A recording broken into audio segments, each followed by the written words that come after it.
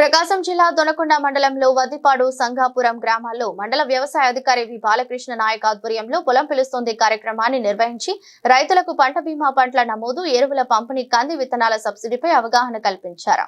ఈ సందర్భంగా వి బాలకృష్ణ నాయక్ మాట్లాడుతూ రైతులు నష్టపోకుండా చూడటమే ప్రభుత్వ ప్రధాన ఉద్దేశమని తెలిపారు.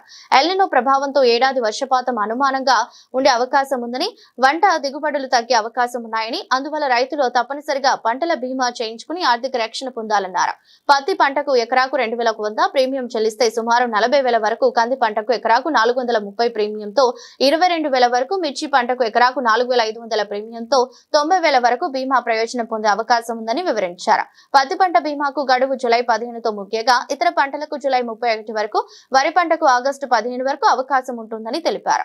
ఇక పంటల ధృవీకరణ పత్రం, బ్యాంక్ పాస్బుక్ జిరాక్స్ కాపీలతో కామన్ సర్వీస్ సెంటర్లో నమోదు చేసుకోవాలని సూచించారు.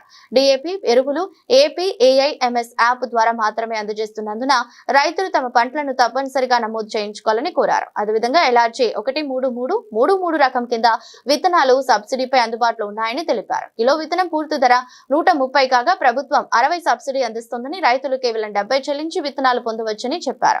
ఇక అధికార కార్యాలయాన్ని సంప్రదించి సబ్సిడీ విత్తనాలు పొందాలన్నారు. కార్యక్రమంలో వ్యవసాయ విస్తరణ అధికారి ఎస్ వెంకట్రావు, గ్రామ వ్యవసాయ సహాయకులు సురేంద్ర, విన్నీ బాబు తదితరులు ఉన్నారు.